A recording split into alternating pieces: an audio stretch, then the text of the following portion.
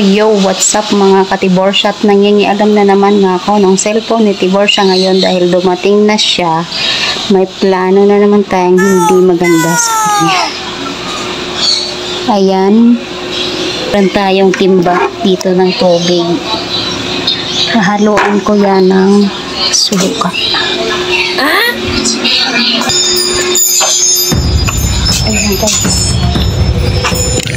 Lalagyan natin ng suka kasi kunyari ayayain ko siya, lalabas kami bibili ng gamit ng anak ko na ipapadala sa probinsya.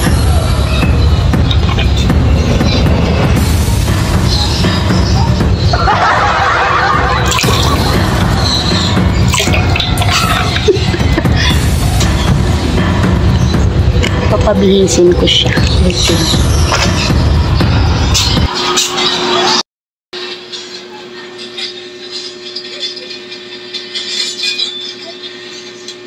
Nakikita nyo yon, busy, diba?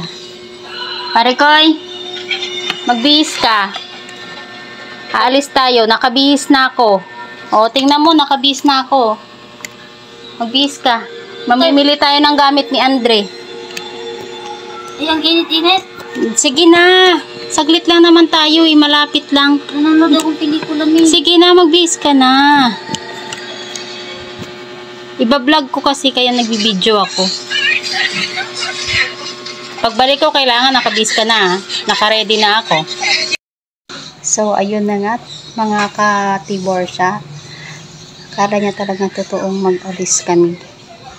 Ayan na nga, naka-ready na ang ating timba. Timba ng tubig with suka. Ang ganti ng ginabi. Na, pare Koy. Sapatos pa. O, dalian mo. Hihintayin kita. Ang tagal. Tika lang. May medyas pa nga, bravo. Ayan guys, so nagbibihis siya. Maganda pinapanood ko. Saglit lang naman tayo, mabilis lang tayo eh. Para naman to kay Marshall eh. Alis na tayo, tara na. Init-init eh. Mabilis nga lang naman tayo eh. Ano naman, dahil pare ka mo. Sige na. Ayan na nga guys. Ayan na guys. Paalis na kami. Ayan na, nakasakay na siya sa motor.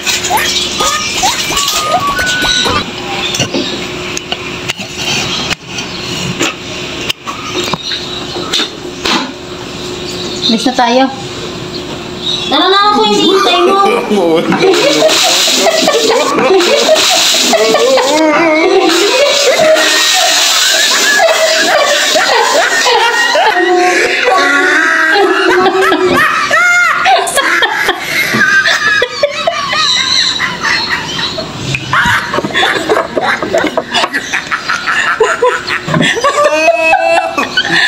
Sabi mo, pupunta ng SM, bibili ng ano. Ba't ang hassle? Ba't ang hassle? Nalagyan ko na suka yan.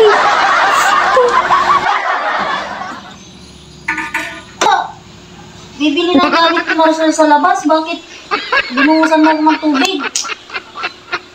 Ikaw nga eh, pinaprank ko ako. Sabi mo, kakain tayo sa labas eh. Oh. Wag. Wag. Masin pa. Tinan mo ng itsura ko. Pinabihis-bihis mo. Tapos Walang pikunan. Ako nga, pinabis-bis mo. Nakabag pa nga ako eh. Tapos ikaw mo pipikon ko dyan. Walang pikunan. Tinan mo ng itsura ko. Nakasapatos pa. Walang iya talaga. Oh. It's a prank!